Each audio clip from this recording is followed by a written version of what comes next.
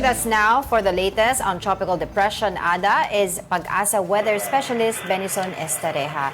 Good morning, Benison. Thanks for joining us. Good morning, Miss Angela, Sir Diego. Alright, so ano-ano yung mga factors that are driving Ada's expected intensification to a tropical storm?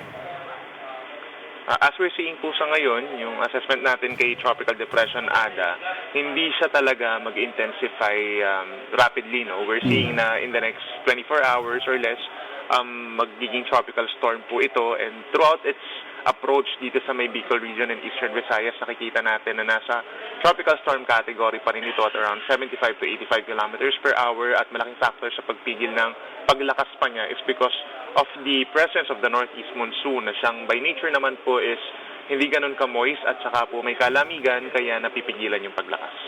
And itong pinag-uusapan ng westward shift, no? Ano yung how likely is this going to happen? And ano yung ibig sabihin nito for Visayas?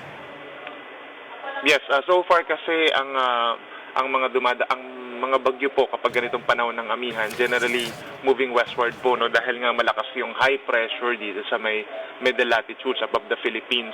So kapag lumakas pa yung amihan, we're seeing na mas magwe-westward movement po itong si Bagyong Ada, at nandyan yung possibility po na maglandfall ito dito sa may Samar Island or sa may Catanduanes, no? So hindi natin pa rin i-rule out po yan sa ngayon given na meron tayong cone of probability. But yung scenario natin based din sa latest track, yung pinakang certain po tayo sa ngayon ay yung close approach. Oo. Pero while yun nga yung sinabi mo, yan yung kanyang track, itong si Ada, mararamdaman din yung mga pag-ulan dito sa Luzon. Tama ba? Yes. Especially sa may Bicol region, they might experience po yung mga heavy to intense rains pagsapit po ng Friday hanggang Saturday as Ada approaches that region. Tapos yung ibang areas po ng Luzon, meron din namang pag-ulan even though ito'y galing po sa amihan. So yung Quezon, Aurora, Cagayan Valley, Cordillera region, diyan magkakaroon naman po ng mga light to moderate rains associated siya sa northeast monsoon. How about sa Metro Manila? For Metro Manila, we may experience din po yung northeast monsoon. So hindi naman tayo magkakaroon ng wind signal at hindi tayo directly maapektuhan po nitong bagyo. Ang effect po ng amihan sa Metro Manila is cloudy skies, tapos may chance po ng mga mahihinang ulan. Oo, the reason why I asked that kasi yung sa Bicol area, binabantayan natin yan dahil doon naman sa Mayon Volcano doon, baka kasi magkaroon ng lahar. So, magkakaroon ba ng malakas sa mga pag-ulan doon? So looking po yung ating forecast rainfall naman, starting po tomorrow noon time hanggang Saturday noon time, yun yung time kung saan pinakamalalakas po yung ulan dun sa may Albay. So yun yung time din na magkakaroon tayo ng banta for flooding, for landslides, at yun na nga po sa palibot ng Mayon yung lahar flow. So lagi tayong inabisuhan natin yung ating mga kababayan po doon na mag-monitor. Okay, so hanggang kailan mananatili sa Philippine Area of Responsibility itong Ada? Based po dun sa ating latest track, within the next 5 days, so possibly hanggang sa araw pa po ng Lunes, nasa loob pa rin ng PAR ang bagyo, nandito sa may silangan po ng Luzon.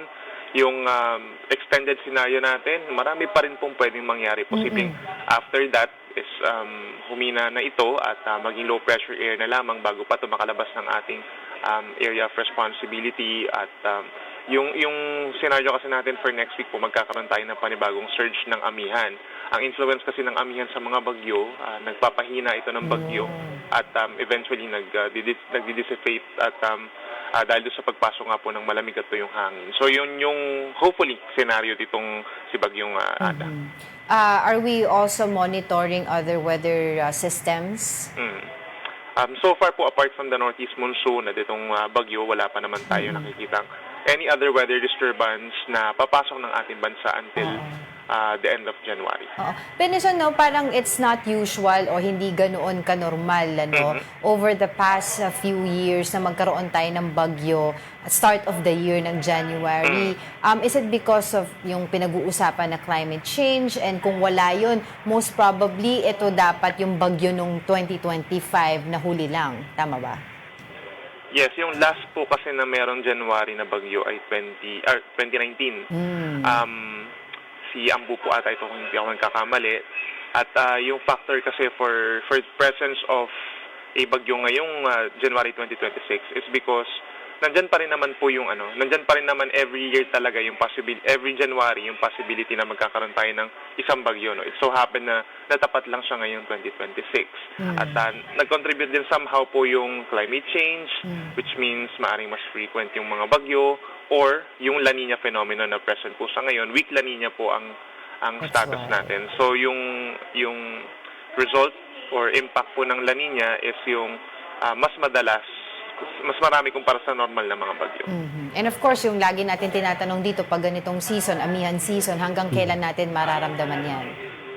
Yung amihan naman po, we're expecting naman na magpapatuloy pa rin yung malamig na panahon sa atin pagsapit po ng February.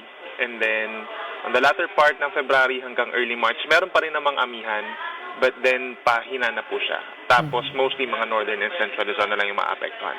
Okay. Well, thank you for that. Pag-asa weather specialist Benison Estareja.